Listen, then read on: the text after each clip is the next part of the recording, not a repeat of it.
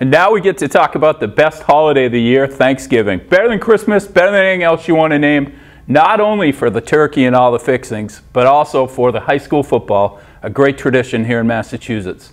But before we look ahead to the games coming up this week, let's take a look at the highlights from the best game of the prep season, Pingree-Rivers. I'm Chad Finn, you're watching The Huddle, let's get to it. Thanks to the Kraft family, Rivers and Pingree prep schools played out their knapsack bowl game at Gillette Stadium Saturday. Even Bill Belichick was in attendance, watching the high schoolers throw down. Rivers jumped to a 21-6 lead, but Pingree stormed back in the second half. Pingree quarterback Brendan Oliver threw an 8-yard touchdown to Kyle Jamerson to get his team started in the third quarter. Rivers followed with an 8-yard TD by Tariq Allen, but didn't score again in the game. Oliver hit running back William Wallfield for a 43-yard touchdown, and then, as if Christmas came early, Jamerson blocked the last-second field goal by Rivers, and teammate Nicholas Antonucci picked it up and raced 82 yards for the score to seal the victory. Pingree 36, Rivers 28.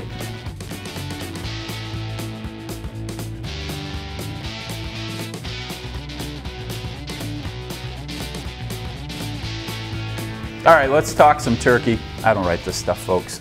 I've got Bob Holmes here with me. Maybe he can explain why Thanksgiving football means so much here in Massachusetts. Bob, this is your chance to get all sentimental and sappy on me. All right, well then go down to Boston Common. There is a plaque that's right in the middle of Boston Common. The tourists walk by all the time, and it talks about the start of American football, high school-wise, being played in Boston Common in 1862. Some people will say that it was different parts of the country. I believe high school football started on Boston Common. And if that isn't a reason to get sentimental about the holiday, I don't know what is. I kid about what it means and Bob being sappy about it because it's obviously a very huge traditional thing here in Massachusetts. But also, it has tremendous implications on what's to come in terms of the postseason. What games should we be looking at here specifically, Bob, that really matter? Well, Thanksgiving is all about the bird, right? So let's go with Zavarian against St. John's Prep. You got Eagles against Hawks right there. Two great teams. It seems like every single year this is one of the best Thanksgiving Day games, and no doubt this year it will be as well. Neither is as delicious as turkey, though. I found that out on my own. That's true. We have to talk about a game that really doesn't have that much of an implication. Boston Latin, Boston English. It's been a very lopsided rivalry, as traditional as it is. It really has. It's the oldest continuous rivalry in the country, and it's amazing to think that back in the 1920s, they used to play before close to 20,000 people at Braves Field. It was really the place to go on Thanksgiving.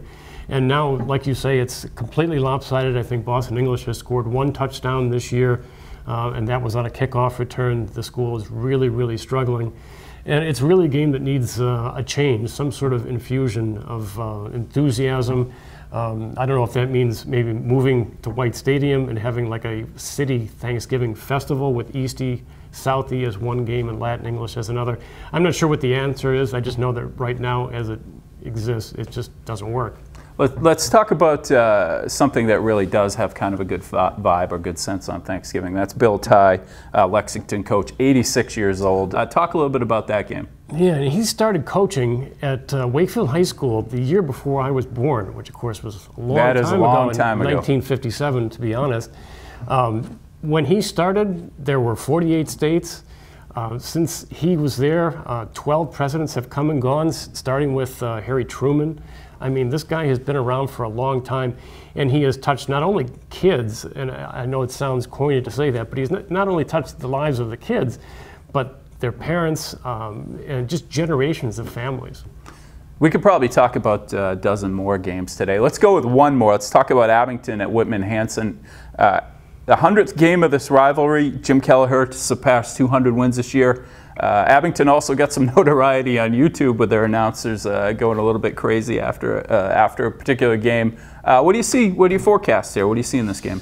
Yeah, what a season of milestones, especially in Abington, and with the 100th game this year. And it's still one of the babies around here when you compare it to Latin English, which we talked about, and also games like Needham, Wellesley. But this should be a great game. Abington has been on the short end for the most part over the years, but the past 10 years, Abington has been really strong. They should win this game. But all the stuff surrounding the game, all the return of the captains for the coin flip, I think they started all sorts of events around this game probably about a week ago, so it's that big a thing. Well, that's a wrap on this week's edition of The Huddle. We'll have the whole rundown on Thanksgiving football on boston.com/schools. You can also submit your photos and videos from your Thanksgiving Day games at boston.com/schools. He's Bob Holmes. I'm Chad Finn. From a couple of turkeys, have a great Thanksgiving.